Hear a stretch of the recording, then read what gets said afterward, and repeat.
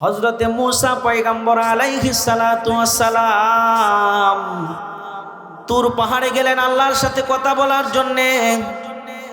রব্বুল আলামিনের সাথে হযরতে মূসা পয়গম্বর আলাইহিস সালাতু ওয়াস সালাম যখন কথা বলা শুরু করলেন, কথা বলার এক পর্যায়ে হযরতে মূসা আলাইহিস সালাতু ওয়াস সালামের কথা শেষ হওয়ার পরে রব্বুল আলামিনের কাছে জিজ্ঞাসা করলেন, ওগো আল্লাহ, তোমার এক সৃষ্টি আমাকে জিজ্ঞাসা করেছে সে কি কাজ করলে তার সম্পত্তি কমে যাবে। তাকে তুমি এত পরিমাণ নিয়ামত দিয়েছ, এত পরিমাণ সম্পত্তি দিয়েছ, এত পরিমাণ ধন সম্পদ দিয়েছ, বাড়ি আর গাড়ি দিয়েছ, টাকা পয়সা দিয়েছ, সে কি কাজ করলে তার সম্পত্তি কমে যাবে। হযরতে মূসা পয়গম্বর আল্লাহর কাছে জিজ্ঞাসা করার পরে দ্বিতীয় ব্যক্তির কথাও জিজ্ঞাসা করলেন, তৃতীয় ব্যক্তির কথাও জিজ্ঞাসা করলেন। তিনজনের ব্যাপারেই মহান রব্বুল আলামিন তিনটা ফলাফল জানিয়ে দিয়েছে। মূসা পয়গম্বর আলাইহিস সালাতু ওয়াস সালাম তুর পাহাড়ে রব্বুল আলামিনের সাথে কথা বলার পরে যখন আসতেছে, আসার সময় আবার ওই ব্যক্তির সাথে সাক্ষাৎ হয়েছে যেই ব্যক্তিটা মূসা নবীকে বলেছিল, ওগো পয়গম্বর, আপনি আল্লাহকে জিজ্ঞাসা করবেন আমি কি কাজ করলে আমার সম্পদ কমে যাবে, আল্লাহ কমায়া দিবে। হযরতে মূসা পয়গম্বর ডাক দিয়া বলে, ওগো আল্লাহর বান্দা, আমি আল্লাহকে জিজ্ঞাসা করেছিলাম কি কাজ করলে তোমার সম্পদ কমে যাবে। আল্লাহ তোমার জন্য সবক দিয়েছেন, তুমি যদি আজকে থেকে আল্লাহ তাআলার শুকরিয়া আদায় বন্ধ করে দাও তাহলে তোমার সম্পদ কমে যাবে। শুকরিয়া আদায় বন্ধ করে দিলে তোমার সম্পদ কমে যাবে। লোকটা ডাক দিয়া বলে, মূসা পয়গম্বর, আমি কেমন করে আমার রবের শুকরিয়া আদায় বন্ধ করে দেই, যেই রব আমাকে দুইটা হাত দিল, যেই রব আমাকে দুইটা চক্ষু দিল আসমান আর জমিন দেখার জন্য, যেই রব আমাকে দুইটা কান দিল শোনার জন্যে, যেই রব আমাকে এত সুন্দর একটা চেহারা দিল, যেই রব আমাকে হেঁটে হেঁটে চলার মতো শক্তি দিল, যেই রব আমাকে অস্তিত্ব দিয়েছে, আমি কোনো অস্তিত্ব ছিলাম না। রব্বুল আলামিন তার কোরআনে মাজিদ বলেছেন, হাল আতা আলাল ইনসান হিনুম মিনাদ দাহরি লাম ইয়াকুন শাইআম মাযকুরা। পৃথিবীর কোনো মানুষই কোনো অস্তিত্ব ছিল না, অস্তিত্ববিহীন ছিল। সেখান থেকে আল্লাহ রাব্বুল আলামিন দয়া করে মায়া করে তাকে একটা অস্তিত্ব দান করেছে, মানুষে রূপান্তরিত করেছে। ওই ব্যক্তিটা ডাক দিয়া বলে, ওগো পয়গম্বর, আমি কিভাবে আমার রবের শুকরিয়া আদায় বন্ধ করে দেই, যেই রব আমাকে এতগুলো নিয়ামত দিয়েছে, সুতরাং আমি কোনোদিন আল্লাহর শুকরিয়া আদায় বন্ধ করব না। দ্বিতীয় যেই ব্যক্তিটার ব্যাপারে মূসা পয়গম্বর জিজ্ঞাসা করেছে আল্লাহর কাছে, সেই ব্যক্তিটা মূসাকে জিজ্ঞাসা করে, ওগো মূসা পয়গম্বর, আপনি কি আল্লাহর কাছে জানতে চেয়েছিলেন আমি কি কাজ করলে আল্লাহ আমার সম্পদ বাড়ায়া দিবে? মূসা পয়গম্বর বলে, আল্লাহ তোমার জন্য সবক দিয়েছে, তুমি যদি বেশি বেশি শুকরিয়া আদায় করো, বেশি বেশি আল্লাহর নিয়ামতের কদর করো, শুকরিয়া আদায় করো, তাহলে আল্লাহ তাআলা তোমাকে নিয়ামত বাড়ায়া দিবে। ব্যক্তিটা ডাক দিয়া বলে, আমি যে গরিব মানুষ, আমার যে কিচ্ছু নাই, আল্লাহ তাআলা কি জানে না? আমাকে আল্লাহ তাআলা কিচ্ছু দেয় নাই, আমার কিচ্ছু নাই, আমি অসহায়, থাকার মতো একটা ঘর নাই। আল্লাহ কি অমুকরে সব কিছু দিয়েছে, আমাকে কিছুই দেয় নাই। আল্লাহকে আমাকে চোখে দেখে না। আমাদের সমাজে এরকম কিছু মানুষ আছে না, যারা বলে অমুকের কোটি কোটি টাকা আর আমি দিন আনি দিন খাই, দিন আইনা দিন খাইতে আমার বান্ধা পড়ায়, অথচ আমাকে কি আল্লাহ চোখে দেখে না? এরকম কিছু মানুষ আছে না? ওই ব্যক্তিটা ডাক দিয়া বলে, মূসা পয়গম্বর, আমি কি শুকরিয়া আদায় করব, আল্লাহকে আমাকে চোখে দেখে না, আমার যে কিচ্ছু নাই। সাথে সাথে আল্লাহ তাআলা আসমান থেকে একটা গজব দিয়া, একটা প্রবল বাতাস দিয়া তার দেহে যে একটা পোশাক ছিল, কাপড় ছিল, সেই কাপড়টাও আল্লাহ তাআলা সাথে সাথে উড়ায় নিয়ে গেছে। তার বাড়িতে যে ছোট্ট একটা কুড়ি ঘর ছিল, সেই ঘরটাও আল্লাহ তাআলা বাতাস দিয়া উড়ায় নিয়ে গেছে। কারণ আল্লাহ তাআলা বলেছেন, ইন্না আযাবি লাশাদীদ। যে ব্যক্তি আমি আল্লাহর শুকরিয়া আদায় করবে না, আমি আল্লাহ তার নিয়ামত ছিনায় নিব। নিয়ামত ছিনায় নিছেনি, নিয়ামত ছিনায় নিয়ে যাব। শুধু তাই না, তৃতীয় সেই মানুষবিহীন, আকৃতিবিহীন মানুষটা মূসা নবীকে জিজ্ঞাসা করে, ওগো মূসা পয়গাম্বর, আল্লাহর কাছে জানতে চেয়েছিলেন আমাকে আল্লাহ কেন বানাইছে? মূসা পয়গাম্বর ডাক দিয়া বলে, ও আকৃতিবিহীন মানুষ শোনো, রব্বুল আলামিন তোমাকে বানিয়েছে জাহান্নামের একটা ছিদ্র বন্ধ করার জন্যে। জাহান্নামে একটা ছিদ্র আছে এরকম, তোমাকে সেই ছিদ্রর আকৃতি অনুযায়ী বানাইছে, সেই ছিদ্রটা তোমাকে বন্ধ করবে। ওই আকৃতিবিহীন দেহবিহীন লোকটা ডাক দিয়া বলে, আলহামদুলিল্লাহ। সাথে সাথে আল্লাহর শুকরিয়া আদায় করেছে। মূসা নবী জিজ্ঞাসা করে, কি ব্যাপার, তুমি আল্লাহর শুকরিয়া আদায় করলা? তোমাকে আল্লাহ হাত দেয় নাই, পা দেয় নাই, তোমাকে শ্রবণ শক্তি দেয় নাই, শুধুমাত্র কথা বলার যোগ্যতা দিয়েছে, কোনো কিছুই দেয় নাই, দুনিয়াতে তোমাকে দেহ দেয় নাই, তারপরেও তুমি কেন শুকরিয়া আদায় করলা? সেই ব্যক্তিটা ডাক দিয়া বলে, ওগো মূসা পয়গাম্বর, কেন শুকরিয়া আদায় করলাম জানেননি? আল্লাহ তাআলা তামাম পৃথিবীর যত মাখলুক আছে, গাছপালা, তরুলতা, পশু পাখি যা আছে, সবগুলোকে আল্লাহ তাআলা বানিয়েছে মানুষের খেদমত করার জন্যে, মানুষের খেদমত করার জন্যে। বলেন তো, আল্লাহ তাআলা দুনিয়াতে যত মাখলুক তৈরি করেছে, মাখলুক সৃষ্টি করেছে, সবগুলো মাখলুককে, মানুষ আর জিন ব্যতীত যত মাখলুক আছে, সব মাখলুককে আল্লাহ তাআলা মানুষের কল্যাণের জন্যে, মানুষের খেদমতের জন্য বানিয়েছে। ওই আকৃতিবিহীন লোকটা ডাক দিয়া বলে, মূসা পয়গাম্বর, সবাইকে আল্লাহ বানাইছে মানুষের খেদমত করার জন্যে, আর আমার মতো আকৃতিবিহীন একটা সৃষ্টি আল্লাহ বানাইছে তার নিজের জন্য। এজন্য আমি আমার রবের শুকরিয়া আদায় করলাম, এজন্য আমি আমার রবের শুকরিয়া আদায় করলাম। কারণ আল্লাহ যে বানাইছে তার কাজের জন্য আমাকে, আর দুনিয়ার সব বানাইছে মানুষের কাজের জন্য। তা আল্লাহ তো আমাকে কোনো একটা কাজে লাগানোর জন্য বানাইছে, এজন্য আমি শুকরিয়া আদায় করলাম। হযরতে মূসা পয়গাম্বর বলে, সাথে সাথে পরক্ষণে আমি তাকায় দেখি সেই আকৃতিবিহীন লোকটা, দেহবিহীন লোকটা সুন্দর একটা মানুষে রূপান্তরিত হয়ে গেছে। তাহলে আল্লাহ তাআলা যে বলেছে, আল্লাহর শুকরিয়া আদায় করলে আল্লাহ নিয়ামত বাড়ায়া দিবে, শুকরিয়া আদায় না করলে আল্লাহ নিয়ামত ছিনায়া নিবে। এজন্য শুকরিয়া আদায় করার দরকার আছে না? আল্লাহ যে আপনাকে আমাকে এত লম্বা একটা হায়াত দিছে, এখনো জীবিত আছি, শুকরিয়া আদায় করার দরকার না? শুকরিয়া আদায় করার দরকার হিসাবে শুকরিয়া তো তখনই আদায় হবে যখন রবের ডাকে আজকের এই মজমায় আসবে, ঠিক কি না? যাই হোক, আমি পবিত্র কোরআন থেকে যে আয়াতটা তেলাওয়াত করেছিলাম, আল্লাহ বলেন, ফাআম্মাল ইনসানু ইযা মাবতালাহু রাব্বুহু ফাআকরামাহু ওয়া না'আমাহু ফায়াকুলু রাব্বি আকরামান। আল্লাহ বলেন, ফাআম্মাল ইনসান ইযা মাবতালাহু রাব্বুহু ফাআকরামাহু। দুনিয়াতে আমি আল্লাহ এরকম কিছু মানুষ বানাইছি যাদেরকে আমি আল্লাহ দুনিয়াতে সম্পদ দিয়েছি, দুনিয়াতে সম্মান দিয়েছি। দুনিয়াতে সম্মান পাওয়ার পরে আমার সমস্ত বান্দারা মনে করে যে আমি আল্লাহ তাআলা তাদেরকে বুঝি দুনিয়াতে সম্মান করেছি এমনি এমনি খামাকা। কিন্তু না, আমি আল্লাহ তাদেরকে জানায় দেই, দুনিয়ার মানুষদেরকে আমি কিছু কিছু মানুষের মধ্য থেকে দুই একজন মানুষকে আমি সম্মান আর মর্যাদা দিয়েছি তাদেরকে পরীক্ষা করার জন্যে। তাদেরকে কি করার জন্যে? পরীক্ষা করার জন্যে।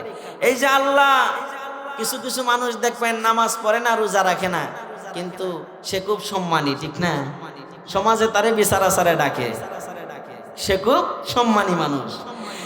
দুনিয়াতে কিছু মানুষকে যখন আল্লাহ সম্মান দেয়, সম্পদ দেয়, নিয়ামত দেয়, ওই মানুষগুলা সম্পদ, সম্মান আর নিয়ামত পাওয়ার পরে আল্লাহ তাআলার শুকরিয়া আদায় করে না, বরং তারা বলে আমি নামাজ না পড়লে কি হয়েছে, আমি রোজা না রাখলে কি হয়েছে, আমি ইসলামের বিধিবিধান না মানলে কি হয়েছে, আল্লাহ তাআলা তো আমাকে সম্মান দিয়েছে, আল্লাহ যদি আমাকে ভালো না বাসবেন তাহলে কেন সম্মান দিলেন? এরকম মানুষ আছে না?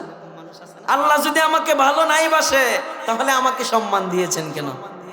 দেখেন আল্লাহ কি বলে, ফাআম্মাল ইনসানু ইযা মাবতালাহু রাব্বুহু ফাআকরামাহু ওয়া না'আমাহু, আমি আমার কিছু বান্দাদেরকে যখন সম্মানের মালিক বানায় দেই, দুনিয়াতে তাদেরকে ইজ্জতের মালিক বানায় দেই, তাদেরকে যখন মানুষেরা সম্মান করে করে ডাকে, তাদেরকে যখন মানুষেরা সম্মান করে, তাদেরকে যখন মর্যাদা দেয়, সম্মানের আসনে বসায়, আমি আল্লাহ যাদেরকে দুনিয়াতে বহু সম্পদের মালিক বানিয়েছি, বহু টাকা পয়সার মালিক বানিয়েছি, তারা একটা সময় নামাজ না পড়লেও, রোজা না রাখলেও, ইসলামের কোনো বিধান না মানলেও তারা একটা সময় বলে আল্লাহ যদি আমাকে ভালো না বাসবেন তাহলে আমাকে কেন এত সম্মান দান করলেন, অমুকরে তো এত সম্মান দেয় নাই।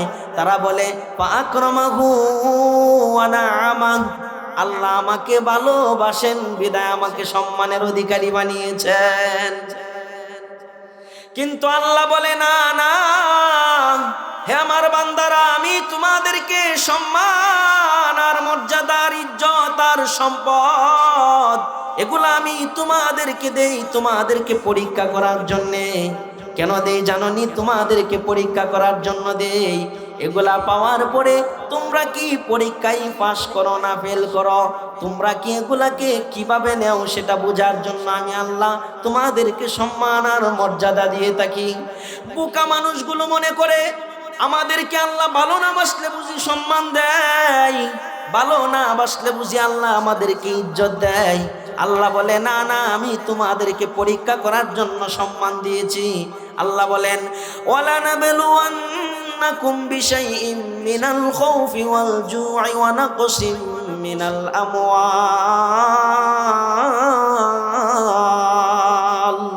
ওয়াল আনফুসি ওয়াস সামারাত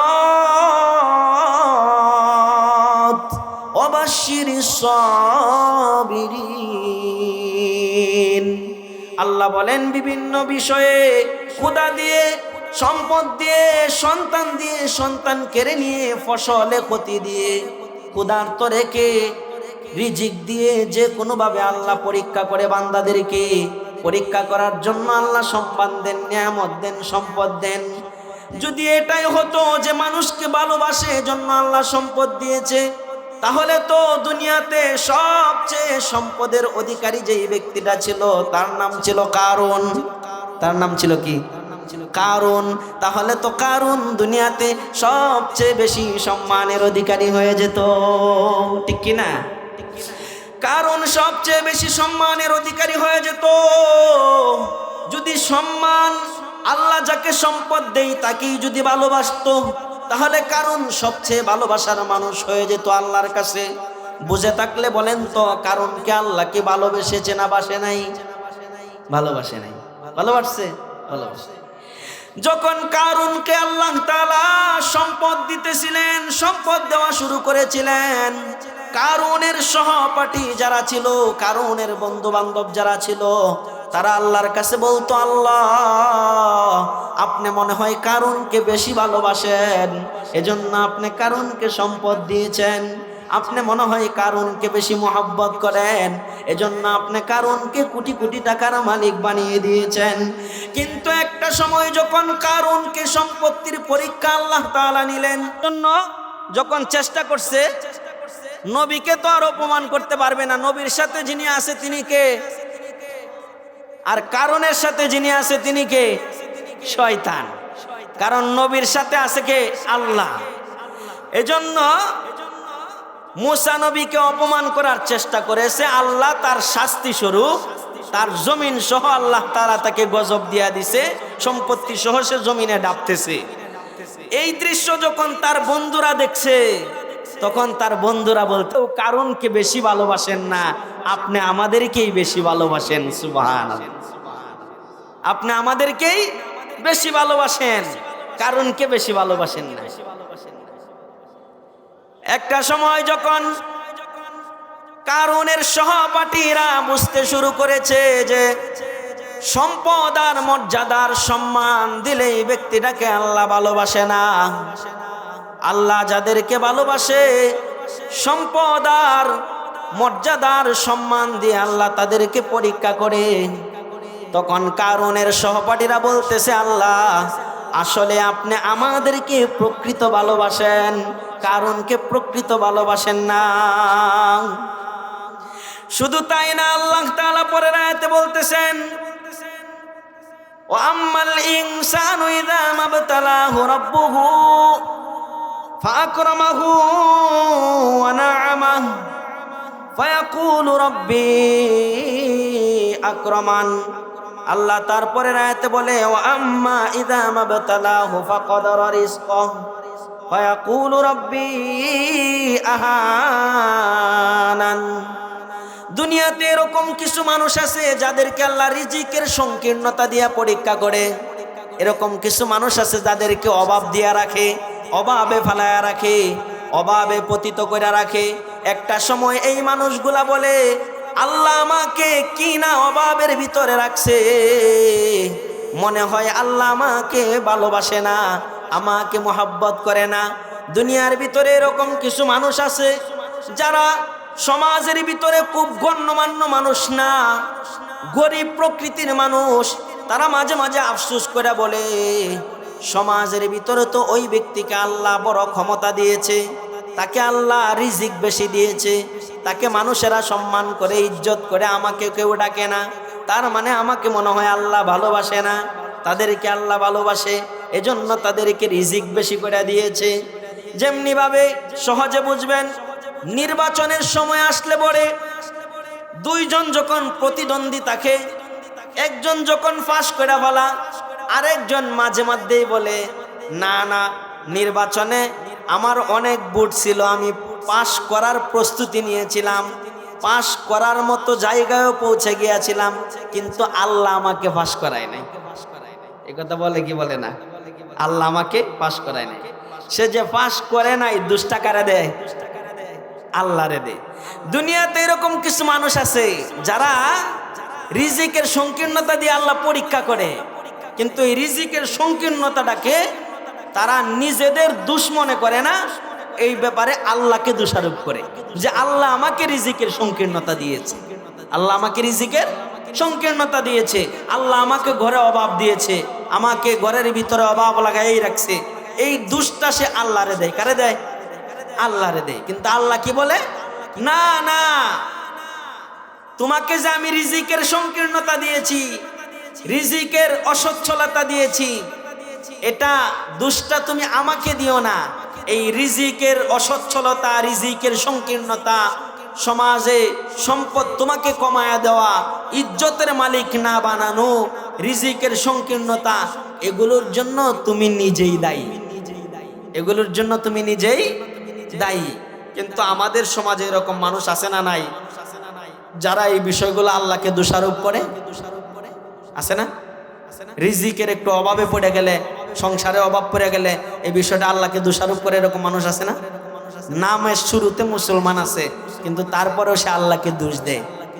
ব্যবসায় একটু বরকত কম হয়েছে, লাভ কম হয়েছে, কি বলে যে আল্লাহ আমার ব্যবসাটাই এবার লস দিয়ে দিছে, বলে কি বলে না?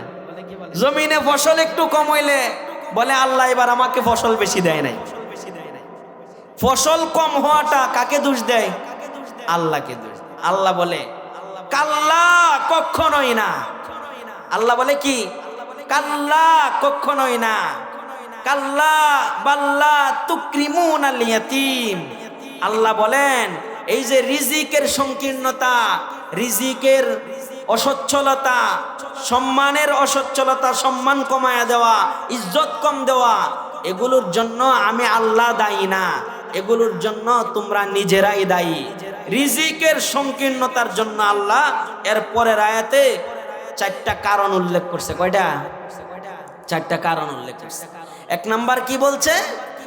কাল্লা, কখনোই না, আমি আল্লাহ তোমাদেরকে রিজিকের সংকীর্ণতা দিয়া আমি আল্লাহ তোমাদেরকে শুধু পরীক্ষা করেছি, এগুলার জন্য তোমরা আমাকে দোষারোপ করতেছ। এগুলা আমি আল্লাহ তোমাদেরকে এজন্য দেই নাই যে তোমরা আমাকে দোষারোপ করবা, এগুলা তোমাদের হাতের কামাই, তোমাদের নিজেদের কারণে রিজিকের সংকীর্ণতা এসেছে। আল্লাহ বলেন বাল্লা তুকরিমুনাল ইয়াতীম, রিজিকের সংকীর্ণতা হওয়ার পিছনে 1 নাম্বার কারণ হলো তোমরা এতিমদেরকে সম্মান করো না। কে বলেছেন? আল্লাহ বলেছে রিজিকের সংকীর্ণতার 1 নাম্বার কারণ কি? তোমরা এতিমদেরকে সম্মান করো না।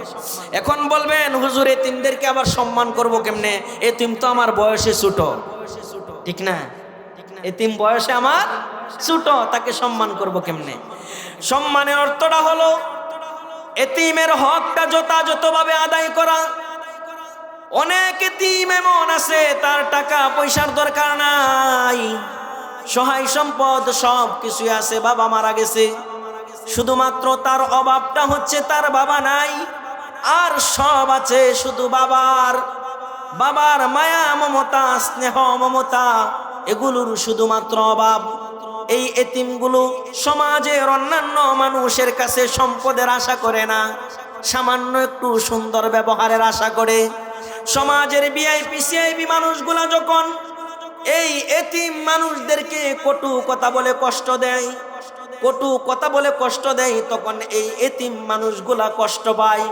তারা মনে মনে চিন্তা করে আর মনে মনে বলে, যদি আমার বাবা জীবিত থাকতো তাহলে তো আজকে আমাকে এই কষ্টগুলো কেউ দিতে পারতো না। এজন্য সব এতিমেরা টাকা পয়সার জন্য মানুষের কাছে হাত পাতে না। সব এতিমদেরকে টাকা পয়সা দিতে হয় না। এতিমকে সম্মান করা মানে তার হকটা যথাযথভাবে আদায় করা। সে যদি ধনী হয় তার সাথে সুন্দর একটু আচরণ করা, কারণ তার বাবা নাই, তাকে যথাযথ তার হকটা বুঝায় দেওয়া। চাচা বাতিজা ভাই মারা গেছে, বাতিজার হকটা চাচা সুন্দর করে বুঝায় দিবে, এতিমের হকটা নষ্ট করবে না। এটাই এতিমকে সম্মান করা। কারণ হলো বান্দার হকের সাথে মানুষের সম্পর্ক আছে, যেই হকটা কিয়ামতের ময়দানে আল্লাহ তাআলা নিজেও বান্দার হক সম্পর্কে মাফ করবেন না। কিয়ামতের ময়দানে সবচেয়ে বেশি নিঃস্ব হবে, সবচেয়ে বেশি গরিব মানুষ, অসহায় ব্যক্তি হবে যেই ব্যক্তিটা দুনিয়াতে মানুষের হক নষ্ট করেছে, এতিমের হক নষ্ট করেছে। কিয়ামতের ময়দানে একজন মানুষ পাহাড় পরিমাণ নেকি নিয়ে হাসরের ময়দানে দাঁড়াবে। নেকির কোনো অভাব থাকবে না, তাহাজ্জুদের অভাব নাই, রোজা সদকা নামাজের অভাব নাই, সমস্ত নেকি নিয়ে হাসরের ময়দানে দাঁড়াবে। কিন্তু দুনিয়াতে সে মানুষের হক নষ্ট করার কারণে কিয়ামতের ময়দানে আল্লাহর রাসূল বলেন সবচেয়ে নিঃস্ব আর গরিব আর অসহায় ওই ব্যক্তিটা হবে যে দুনিয়াতে মানুষের হক নষ্ট করেছে।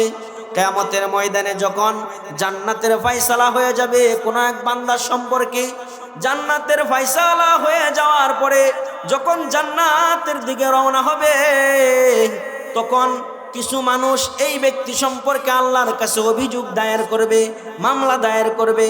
তারা আল্লাহর কাছে বলবে, আল্লাহ আপনার এই বান্দাটাকে তো আপনি জান্নাতের ফয়সালা করে দিয়েছেন, তবে আপনার এই বান্দার কাছে আমি দুনিয়াতে কিছু হক পাওনা আছি।